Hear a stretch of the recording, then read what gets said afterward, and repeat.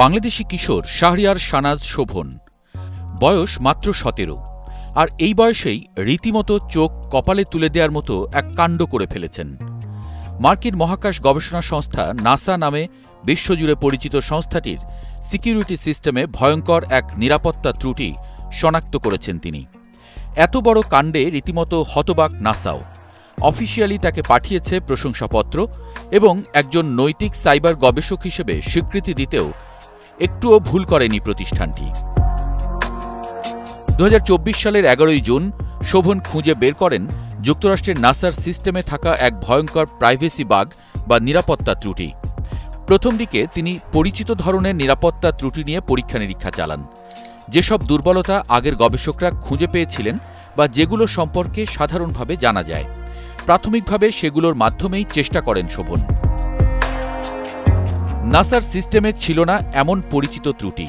এরপরই তিনি ব্যবহার করেন দুইটি জটিল ও শক্তিশালী কৌশল, IDOR বা ইনসিকিউর ডিরেক্ট অবজেক্ট রেফারেন্স বা SSRF। এই দুটি মিলিয়ে চেইনিং টেকনিক প্রয়োগ করে খুঁজে পান সেই ভয়ঙ্কর ফাঁক, যা তাকে নাসার আর্থ ডেটাতে প্রবেশাধিকার দেয়। আর এই প্ল্যাটফর্মে ছিল ব্যক্তিগত ও সংবেদনশীল তথ্য, যা অসৎ কারো হাতে পড়ে গেলে ঘটতে পারত চরম নিরাপত্তা বিপর্যয়। বিষয়টা মোটেও ছোটখাটো ছিল না। এই ত্রুটির মাধ্যমে পাওয়া যেত এমন তথ্য যেগুলো ব্যবহার করে চালানো যেত ফিশিং অ্যাটাক কিংবা বিক্রি করা যেত ডার্ক ওয়েবে। কিন্তু শোভন সেই পথ বেছে নেননি। দায়িত্বশীলতার পরিচয় দিয়ে ত্রুটির ব্যাপারে সরাসরি জানান নাসাকে, আর তার এই সততা ও দক্ষতার স্বীকৃতিস্বরূপ নাসা তাকে পাঠায় অফিসিয়াল প্রশংসাপত্র। একজন স্বাধীন ও নৈতিক সাইবার গবেষক হিসেবে স্বীকৃতি দেয় প্রতিষ্ঠানটি। এর আগেও এমন কীর্তি দেখিয়েছেন শোভন। সনির সিস্টেমে খুঁজে পান একটি IDOR বাগ এবং মেটার এক দুর্বলতার মাধ্যমে দেখতে পান ব্যবহারকারীদের লুকানো রিয়াকশন।